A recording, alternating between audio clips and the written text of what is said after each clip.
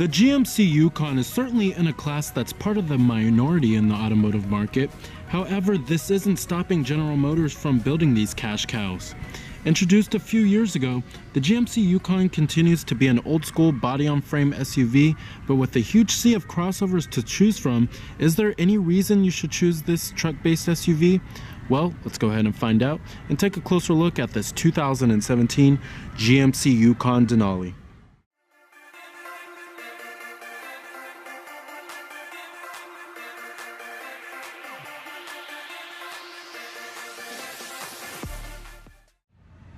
Now this is the fourth generation of GMC's big brawny Yukon, and it's been in this generation since the 2015 model year. Now the Yukon has always stuck to its roots of being a true truck-based SUV. It also shares the same platform with the cheaper Chevrolet Tahoe and the more expensive Cadillac Escalade. Now for 2017, there are a few notable changes for the Yukon, most notably on the technology front. You have a new low-speed automatic braking system that's paired with the forward collision warning system. And then you also do have a new teen driver management system. Cooled seats have also been replaced with ventilated seats, and heads-up display is now standard on the Denali trim. Now our trim of the Yukon we have here is the Denali trim, and it comes with these big old 22-inch wheels here, and then on top of that you also do get a chromed out front grille, and it comes with all the luxury goodies. You have a full-on leather interior as well as a navigation system, all that good stuff. Now here goes the key fob design for the vehicle. You have a smart key, of course, decent looking key fob. You have your lock, unlock, your remote engine start, and then your power tailgate as well as your panic alarm. Now this color of the Yukon is known as the mineral metallic, and it does have smart key access on all four doors of the vehicle, which is a nice little feature there.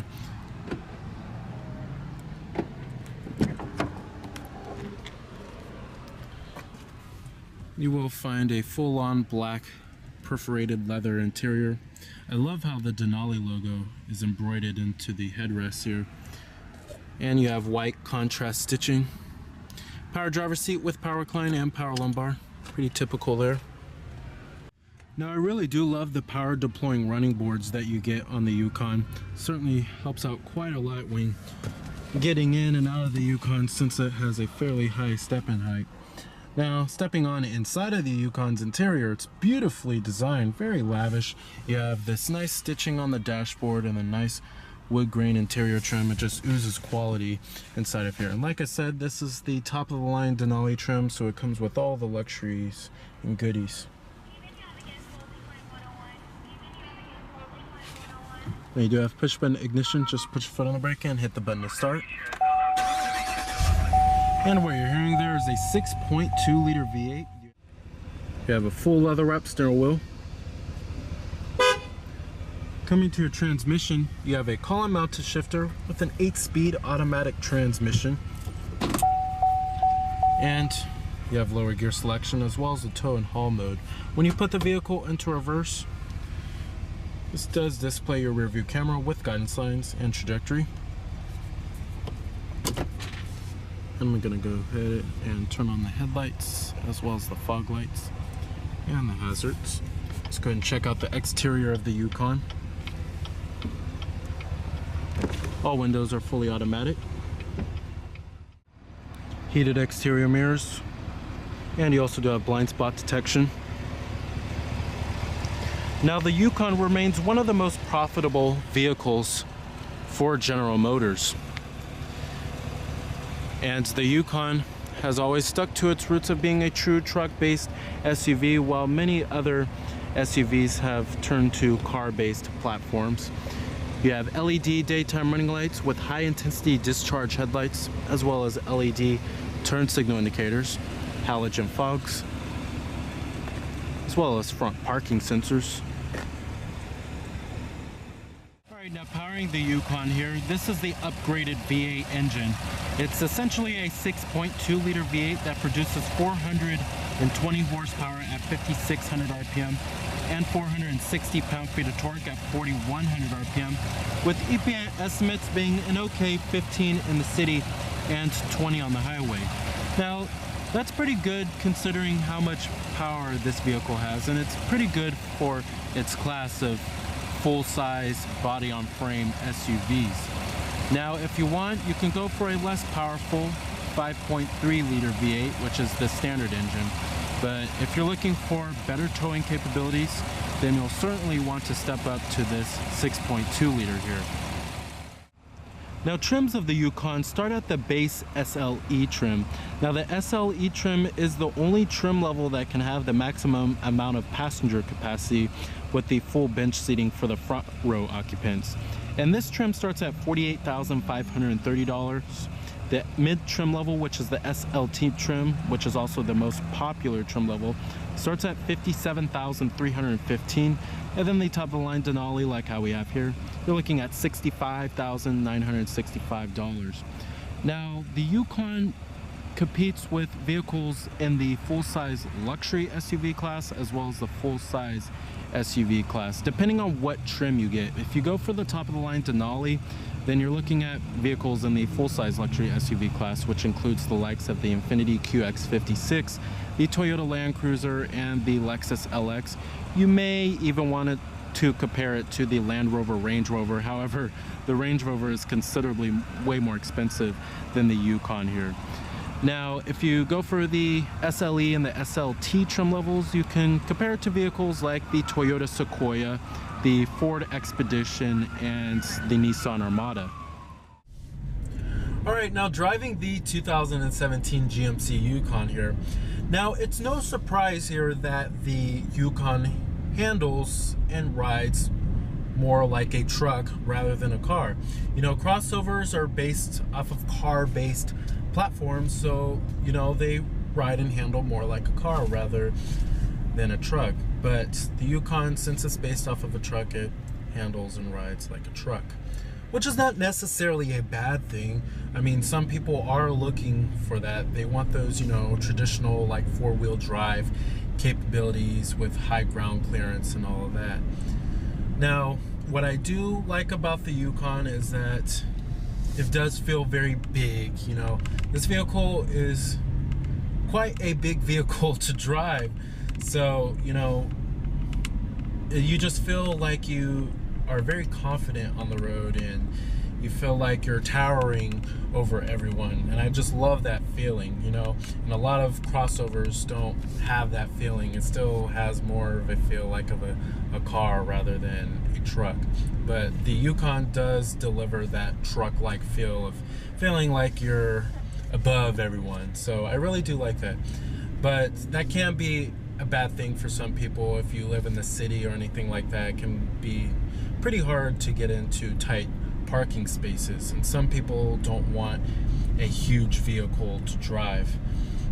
Now, as far as the fuel efficiency goes, the fuel efficiency is good for the full-size SUV class. When you compare it to crossovers, however, it's a different story. Crossovers are considerably more fuel efficient than the Yukon here, depending on which crossover you get. Now, the 6.2 liter V8 provides lots of power here, and the 8-speed automatic transmission never hesitates to shift, really. It's a pretty refined transmission, and it doesn't jerk a whole lot, which is nice. But if you need that extra towing capability and that extra power, you'll want to step up to this 6.2 liter V8 here. And I just love how it rumbles and grumbles. It doesn't have none of that turbocharger stuff like how the Ford Expedition has. But this is a, you know, very traditional, you know, brawny V8 engine here, which I love.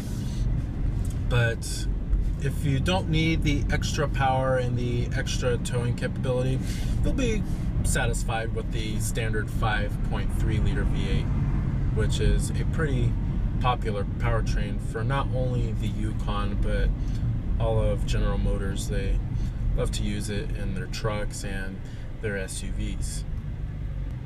Now, as far as the way the Yukon handles, it's pretty loose, pretty vague, and pretty numb when it comes to its steering. I mean, it handles like a truck. It's not going to wow you when it comes to its handling characteristics, but, you know, some people don't really care for that. This is a vehicle that's all about utility and comfort here. Now, you know, if you want better handling characteristics, I suggest going with the Ford Expedition if you need a full-size SUV. But if you don't need a full-size SUV, then just get a crossover. I mean, they're gonna have, you know, better handling characteristics if you're looking for a little bit more driver engagement and you don't want that really loose, like numb feeling that the Yukon has here.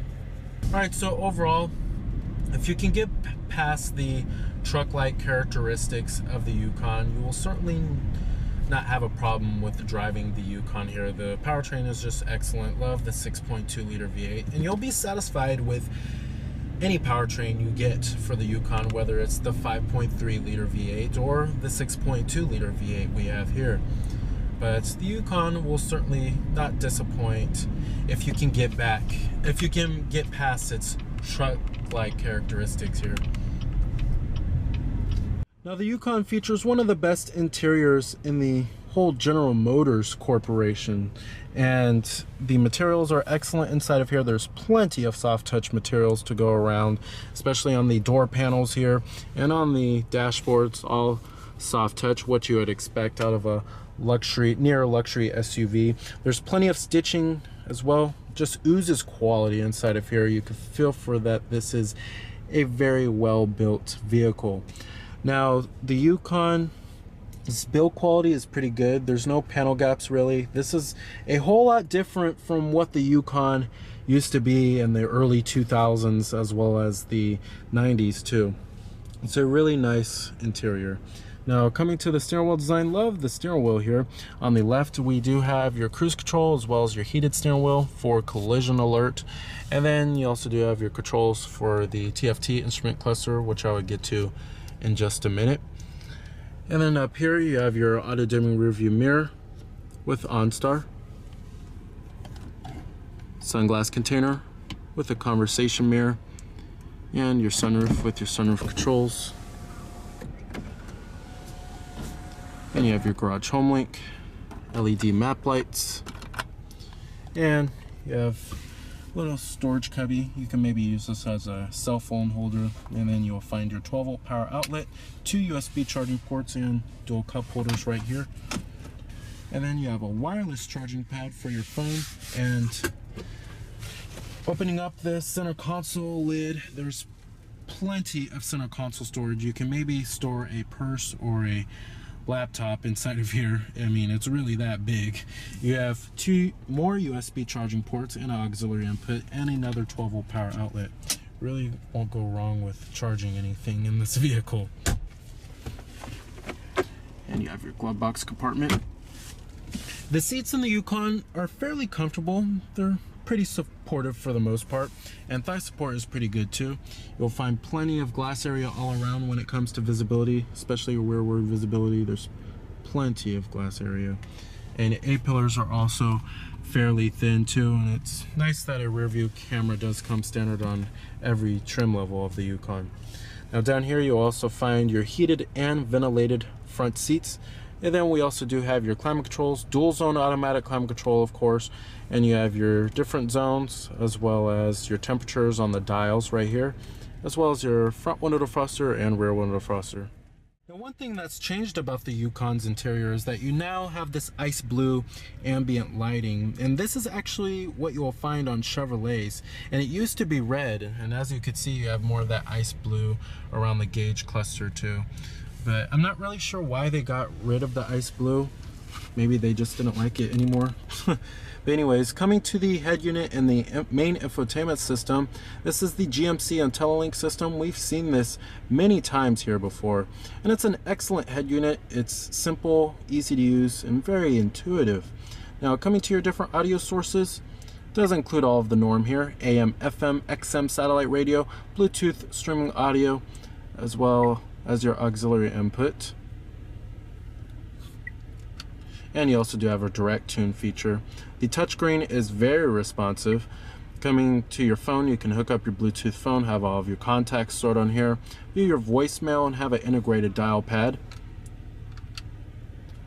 And then we also do have your projection feature, which is for your Apple CarPlay and your Android Auto capability, and your navigation system. Navigation system, the graphics and the rendering are pretty good. Features live traffic, points of interest. You can enter in your destination by voice if you would like. What's pretty cool about this head unit is that you can flip it up like this. Really cool there.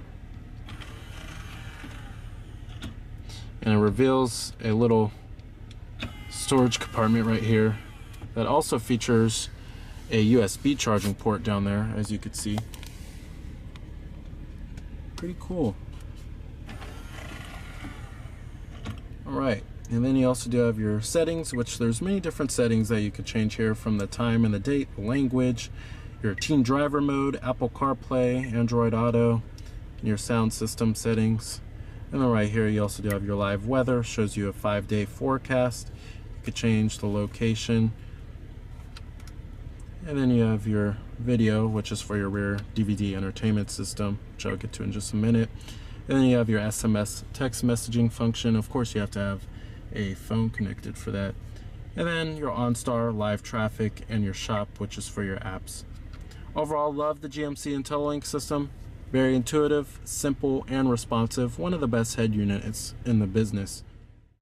Coming to the instrument cluster here, we do have full instrumentation for the gauges, of course. And we have a big old TFT instrument cluster in the center. And then on the left, you will find your tachometer, and the right, you will find your speedometer. I kind of wish the whole thing was just a TFT instrument cluster. I mean, it really doesn't make sense to have a big old TFT instrument cluster and then regular old school analog gauges here. But coming in the center right there, you have all of your vehicle information. It shows you your trip information, your direction of travel. It also shows you fuel range, remaining oil life percentage, tire pressure, and a timer.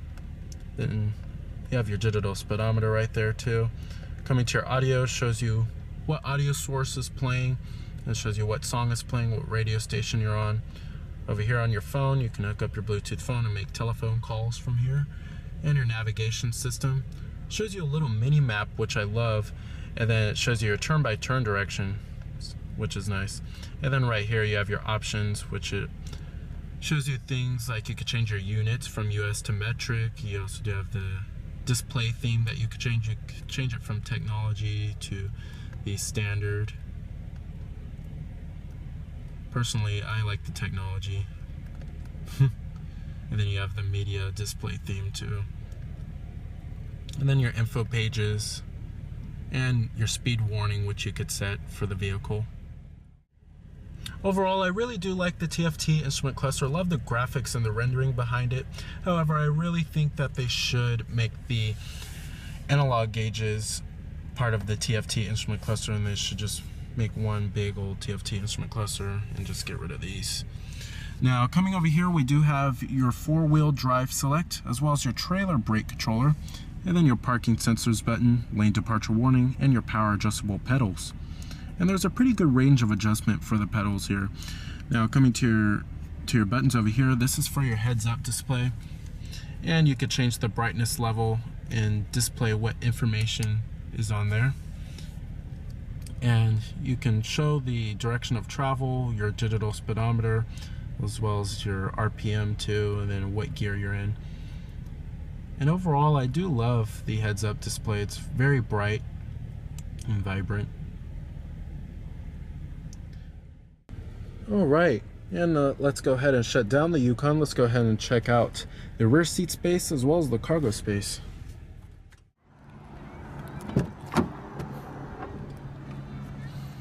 Materials and build quality do follow through in the rear, which is good. The second row seats, they do recline, and you have second row captain's chairs, but you can go for full bench seating back here, of course.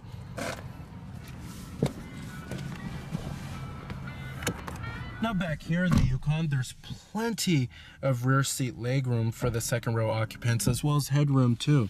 You also do have your rear seat DVD entertainment system, and it's been updated for 2017. You can now do a wireless display, or you can do HDMI, things like that.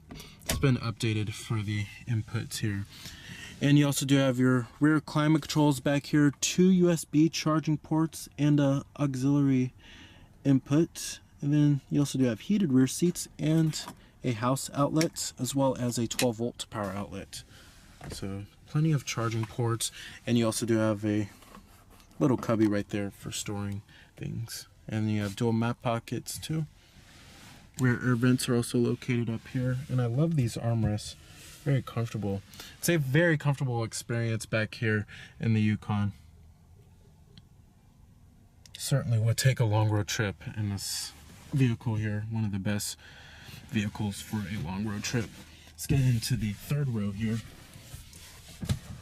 Now the third row is a little bit of a different story. I really don't like how my knees come all the way up like this. This is a little bit of a problem. And as you can see, the floor raises up. And that's due to the suspension setup for the Yukon. It doesn't have an independent rear suspension like the Ford Expedition.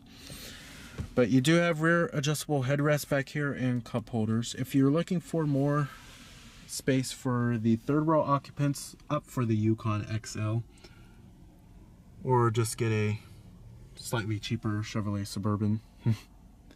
But you do have your map lights back here, and they are LEDs, which is nice. All right. You have a power tailgate.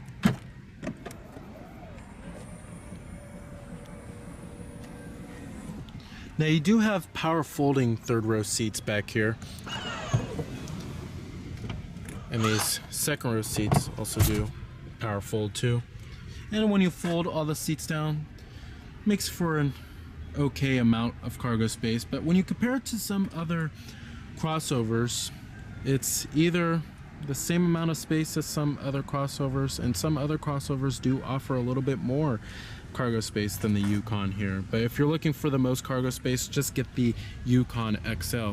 Now, one problem with General Motors full-size SUVs is that the load floor height is really high, which can make it a little bit of a problem getting items inside of here.